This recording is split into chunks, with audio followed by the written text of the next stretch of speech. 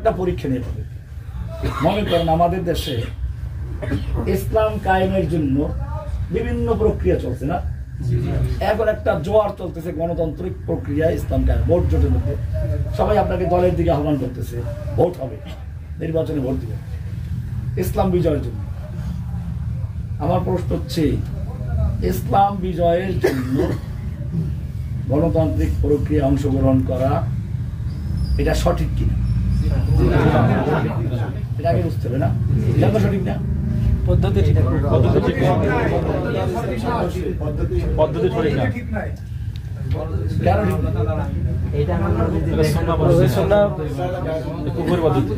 আচ্ছা কেন ঠিক? অনেকগুলো কারণ আছে, এটা আপনার আমার বই থেকে দেখে নেবেন না, চলবে নেবেন। এটা পাস করছেন যে বলেন তো নবীর কাজ কি? কে কে হাত উঠান, উত্তর দাদকে হাত উঠান, কে কে উত্তর দিতে পারবেন? হাত উঠান, একজন বলেন, আর কেউ আছেন? নবীর কাজ কি যে আপনি বলবেন? তিনজন বল আছে। আচ্ছা আপনি বলেন তো কি বলছেন, নবীর কাজ কি?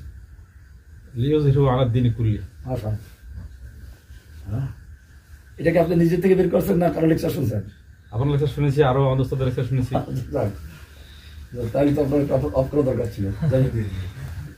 এটা পরিষ্কার যে আল্লাহর নবীর কাজ কি জিজ্ঞেস করে এক একজন এক একটা বলে। আরে ভাই অন্যগুলো সব হচ্ছে ওই কাজের মাধ্যম। আপনি স্কুলে 1, 2, 3, 4 ক্লাস পড়তেছেন, আমাদের জিজ্ঞেস করা হয় কি পড়ে, ক্লাস হলে পড়ি, কেন পড়ো? অন পড়ার জন্য। এটা টার্গেট আছে। নবীর কাজ আছে, তালিমে কিতাব, তালিমে হেকমা, তালিমে তাজকিয়া ইত্যাদি আছে, কিতাব অনেক কাজ আছে। এই সব কাজগুলোর মূল কাজটা কি, টার্গেটটা কোন জায়গায়, সেইটা বলা আছে সূরা তওবা 33 নম্বর আয়াত, সূরা ফাতর 28 নম্বর আয়াত, সূরা সফের 9 নম্বর আয়াত, ওয়াল্লাযী আরসালা রাসূলাহু বিল হুদা ওয়া দীনিল হক লিইয়ুযহিরাহু আলাদ দীনি কুল্লিহি। আল্লাহ তাআলা তার রাসূলকে পাঠিয়েছেন হেদায়েত এবং দ্বীনে হক দিয়ে। কেন? লিইয়ুযহিরাহু, যাতে এই দ্বীনে হকটাকে বিজয় করতে পারেন। কার উপরে? আলাদ দীনি কুল্লি, অন্য সব দ্বীনে বাতিলের উপরে। ক্লিয়ার? তাহলে নবীর কলা কাজ, নবীর কাজ কি? দ্বীনে হককে বিজয়ী করার, দ্বীনে বাতিলের উপরে। এই কাজ নবীর কাজ, এই কাজ নবীকে যারা ভালোবাসবে অনুষ্ঠিত তাদের কাজ। খালাস। এই কারণে আপনারা আর অন্যরা সমান না। একটা দেশের সাধারণ কৃষক, শ্রমিক, চাকরিজীবী, কর্মজীবী সব মিলে এক কথা। সেনাবাহিনী সেনাবাহিনী কি এরা সমান না? সেনাবাহিনীর কাজ কি? যদি একই কাজ হয়, সমান হয়, তাহলে দেশের অর্ধেক সম্পদ তাদের পিছনে কেন? তাদের এত বাড়ি গাড়ি হাবিজবি কেন? তাদের কাজ আলাদা। তারা যুদ্ধ করবে। কি করবে? একটা দেশের অস্তিত্ব এবং স্থায়িত্ব, কি বলছি? অস্তিত্ব এবং স্থায়িত্ব এটা টিকিয়ে রাখার কাজ কাদের উপরে? সেনাবাহিনী। দিনের অস্তিত্ব এবং স্থায়িত্ব টিকিয়ে রাখার কাজ কাদের উপরে? এই তালিবানদের উপরে। আপনারা তালেবান, এটার দলিল আছে সূরা আল ফাতাহ 7 নম্বর আয়াত। 7 নম্বর। ওয়ালিল্লাহি জুনুদ, তার নিজের পরিচয় যদি না জানে তাহলে সে পাগল। কেমন যে পাগলা কই যাস? জানি না। কেন যাস? তাও তো জানি। হাঁটতেছে কিন্তু তোমার কোনো লক্ষ্য উদ্দেশ্য আছে না। তাহলে আপনার কোনো লক্ষ্য জানলে কেমন চলবে? আপনার জীবনের লক্ষ্য চিনতে পারছেন যে আমি কেন লেখাপড়া করতেছি, কি করবো, উদ্দেশ্য কি? খালি একটু করার বলা এই সবের জন্য নাকি? ঠিক আছে, সব হবে, কিন্তু আপনার কাজ কি এতটুকুই? শুধু এতটুকু কাজের জন্য পড়তেছেন, অন্য কোনো কাজ আছে? অন্য কাজ আছে। সেটা কোনটা? এই নবীওয়ালা কাজ। নবীওয়ালা কাজ কি বলেন? এখন তো বলবেন আল্লাহ দ্বীনে হকটাকে সকল দ্বীনে বাতিলের উপরে বিজয়ী করা। বলেন কি কাজ? সকল বাতিল দ্বীনের উপর। নবীর কাজ কি? নবীর কাজ কি? আবার বলেন। আল্লাহর দিনকে আল্লাহর দিনে হককে অন্য সব দিনে বাতিল করে বিজয়ী করা। খালাস। এই যদি অর্থ হয় তাহলে বিজয়ী করবে যারা, তারা কি সাধারণ মানুষ? তারা কি আল্লাহর সৈনিক? তারা কি আল্লাহর সৈনিক? তারা কি আল্লাহর সৈনিক? এইবার এটা দলিল নেবেন। সূরা আল ফাতহ এর 7 নম্বর আয়াত, ওয়ালিল্লাহি জুনুদুস সামাওয়াতি ওয়াল আরদ। আল্লাহর আছে অনেক সৈনিক আসমানে, অনেক সৈনিক জমিনে। আসমানের সৈনিক কারা? ফেরেশতা। জমিনের সৈনিক কারা? আপনার মানুষ না। মানুষ সব কি আল্লাহ সৈনিক নাকি? না। পীরের মুরিদ আল্লাহ সৈনিক নাকি? কৃষকরা কি আল্লাহ সৈনিক নাকি? দোকানদাররা আল্লাহ সৈনিক? আল্লাহর বান্দা ঠিক আছে, মুমিন তাদের, আমি তাদেরকে ছোট বলবো না। তারা আবেদ, তারা খারাপ না। মুসলিম খারিজ করি নাই, মুমিন থেকে খারিজ না, আবেদ থেকেও খারিজ না, সব ঠিক আছে। কিন্তু কি না? সৈনিক না। সৈনিক না। দেশের জনগণ কি সব সৈনিক নাকি? দোকানদাররা সৈনিক না? কৃষকরা? গার্মেন্টস শ্রমিকরা? আপনারা কারা? জমিনে আল্লাহ সৈনিকগুলো কারা? যদি এই সবই সৈনিক হয়, সৈনিকগুলো কারা? এখন বুঝতে পারছেন নিজের পরিচয় কি? নিজের পরিচয় বুঝছেন? এইটাই ইমাম বুখারীর শারহ বুখারী ইবনে হাজার আসকালানী লিখছেন, ইয়া তালিবি ইলমিন নবী মুহাম্মাদিন মা আনতুম ওয়া সাওয়াকুম বিসাওয়াই। হে ইলমে নববীর শিক্ষার্থীরা, তোমরা এবং তোমাদের বাইরে যারা, তারা সমান নও। কারণ কি সমান না? কেন তারা মানুষ, তুমি সমান না কেন? কারণ তুমি আল্লাহর দ্বীনের সৈনিক। হ্যাঁ, আল্লাহর দ্বীনের কি সৈনিক? এই ফিলিস্তিনি বাচ্চা দেয় না গান গায়, লা তাসালনি মান আনা আনা মিন দুনিয়া সামা। আমার জিজ্ঞেস করে আমি কি, আমার পরিচয় কি? আমি আসমানের সৈনিক। আপনাদের পরিচয় কি? পরিচয় কি? আসমানের সৈনিক। ঠিক আছে সবাই? শেষ কথা, শেষ। এখন পরীক্ষা। যে কয়টা কথা বলছি সবটা বলতে একজন, একজন বলতে পারলে পাস করলো। 1 নম্বর কথা বলছি কি, যে নবীওয়ালা কাজ। হ্যাঁ, 1 নম্বর কথা বলছি কি, অর্থাৎ কাজ কি আমাদের না, যে নবীকে আল্লাহ বলছেন বলুন এটা আমার কাজ, মানুষকে ডাকে আল্লাহর দিকে, আলা বাসিরা। এই বাসিরা একটা তর্জমা করছি আমি না? কয়জনে পারবেন? আগে বলবেন নাকি? হ্যাঁ, আচ্ছা, এদিক থেকে একটু পরে ওদিক থেকে দাঁড়ান, ওদিক কি ওদের বাসিরা কাকে বলে? মানে যেটা সঠিক কাজ করতেছে না, মানে সঠিক কাজ করতেছে কিনা, এটা মানে 4টে কথা বলছি, স্পষ্ট বলতে হবে। 4টে কথা, 4টে অংশ বলছি। বাসিরার 4টে কথা বলছি, একটা দুইটা না। ভালো করে পারলো না, ফেল পারে না। বাসিরা বুঝে নেই, বলেন। আমি যে কাজটি দাঁড়ান, দাঁড়াই বলেন। যে কাজটি করছি সেটা জেনে বুঝে করার বাসিরা। জেনে বলেন মানে কি? আমি তো ব্যাখ্যা দিয়েছি। জেনে বুঝে যাচাই বাছাই বুঝা। এটা মুশকিল তো, এই তো কথা বলছি। আমি অল্প কথা বললাম কিন্তু সব মুখস্থ করতে হবে। এটা আমার এই দাসটা তো না, কেমন পর্যন্ত আপনাদের জীবন বন মুখস্থ। হ্যাঁ, এই কে বলবে? আপনি বলবেন, দাঁড়ান।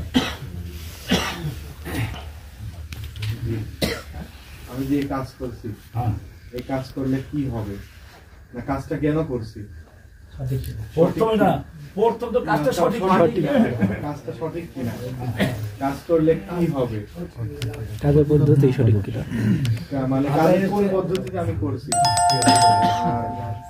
আর কাজ করলে আমার কি লাভ হবে এবং কি ক্ষতি হবে। এই চারটা কয়টা হলো? জেনে বুঝে। এই জেনে বুঝে মানি ব্যাখ্যা দিলাম। কয়টা জিনিস? 4টা জিনিস। কি কি?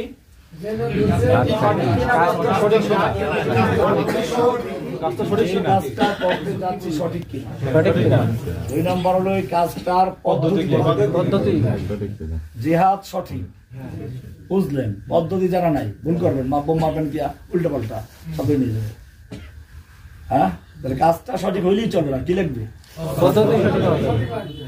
এরপরে এই কাজটার লাভ কি, ফজিলত জানতে হবে। না জানলে আপনার গায়ে উৎস হবে না।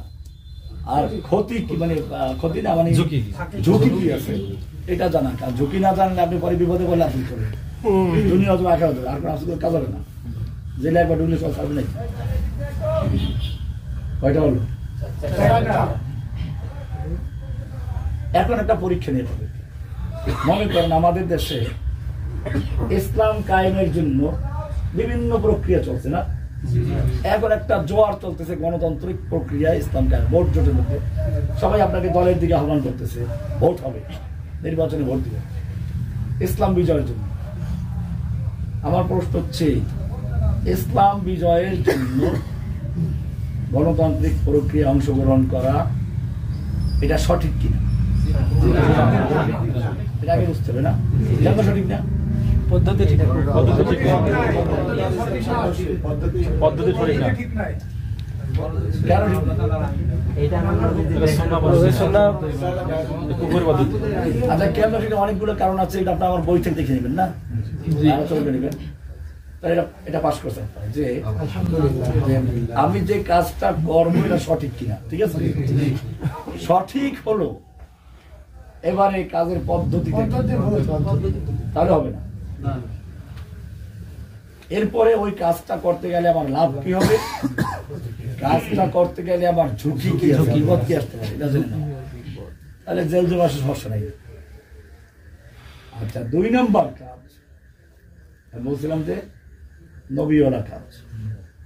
নবীওয়ালা কাজ কি, এটা কোরআনে কোন কোন জায়গা আছে? নবীওয়ালা কাজ একটা কাজ বলছি যে এইটা হলো নবীর মূল মিশন। ও কাজের জন্য অনেকগুলো আছে না, বলতে হবে যে এই আয়াতটা কি এবং কোন কোন জায়গা আছে, কে বলতে পারবে? জি জি। দাঁড়ান দাঁড়ান, কাজটা কি? কাজটা হচ্ছে যে সকল দিনের উপরে আল্লাহ তাআলার হক দিনকে বিজয় করা, এবং এটা আছে সূরা ইউসুফের 108 নম্বর আয়াত। না না না আমাদের কে বলেন আমাদের কষ্ট শেষ। এখানে 1 নম্বর বললাম যে বাসিরা, কি বলতে হবে? আমাদের কাজ কি সেটা বাসিরা করে নেওয়া না, বাসিরা মানে সরকারের নাম বাসিরা। আপনারা ভালো করে বুঝানো দেখি। তো আমি যাবো। হ্যাঁ, এই এখন যারা আসছে এদের পরীক্ষা দেবে আপনারা করতে হবে, এরা বলতে পারবে পাস। বাসিরা হচ্ছে 4 কাজের নাম। প্রথম কাজ হচ্ছে আমি যে কাজটা করতে যাচ্ছি কাজটা সঠিক কিনা এটা জানা, তারপরে কাজের পদ্ধতিটা জেনে নেওয়া, সঠিক পদ্ধতিটা কি। কাজটা সঠিক কিন্তু পদ্ধতি ভুল, তাহলে হবে না। জি। এরপরে 3 নাম্বার জানতে হবে আমি এই কাজটা করলে আমি কি পাবো, আমার ফায়দা কি, লাভটা কি। 4 নাম্বার জানতে হবে যে আমি এই কাজটা যে করবো, করতে গেলে আমার ঝুঁকি কি কি ঝুঁকিতে আমি পড়তে পারি, সম্ভব ঝুঁকিগুলো কি জানতে হবে। আচ্ছা এটা কোন সূরা আছে? এটা সূরা ইউসুফের 108 নম্বর আয়াতে আছে। পুরো আয়াতের অর্থটা কি? হে নবী আপনি বলে দিন এটাই আমার কুল হাদিস এটাই আমার রাস্তা, আল্লাহ তাআলার দিকে ডাকা, আর আমি এটা ডাকতেছি জেনে বুঝে। যারা আমার অনুসরণ করে, এটা আমার কাজ, যারা অনুসরণ করে তাদের একই কাজ। ডাকবো কার দিকে? আল্লাহর দিকে। এখানে আমি একটা কথা বলছি, একটা বিশেষ কথা বলা হয়েছে জানে না, যে কোন ব্যক্তি বা দলের দিকে ডাকবো কার দিকে? আল্লাহর দিকে। কথাটাকে বলতে পারবে কি বলছিলাম? আমি হচ্ছে জেলখানা আমার দরজার সামনে জি বলেছিলেন যে ব্যক্তি এবং দল অস্থায়ী, ইসলাম হলো স্থায়ী। ইসলামের দিকে ব্যক্তি ও দল ইসলাম চিরস্থায়ী। বলেন ব্যক্তি ও দল ক্ষণস্থায়ী, ইসলাম চিরস্থায়ী। তুমি যদি নিজেকে উৎসর্গ করো তবে ইসলামের জন্যই করো, কোন ব্যক্তি বা দলের জন্য নয়।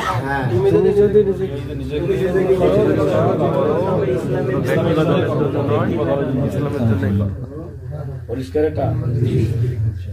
এরপরে আরেকটা কথা বললাম কি, যে আমাদের পরিচয়টা কি, আমরা কারা, আপনারা যারা ইলমে দ্বীন অর্জন করতে আসছেন তাদের পরিচয়টা কি? তারা কি সাধারণ মানুষের মতো?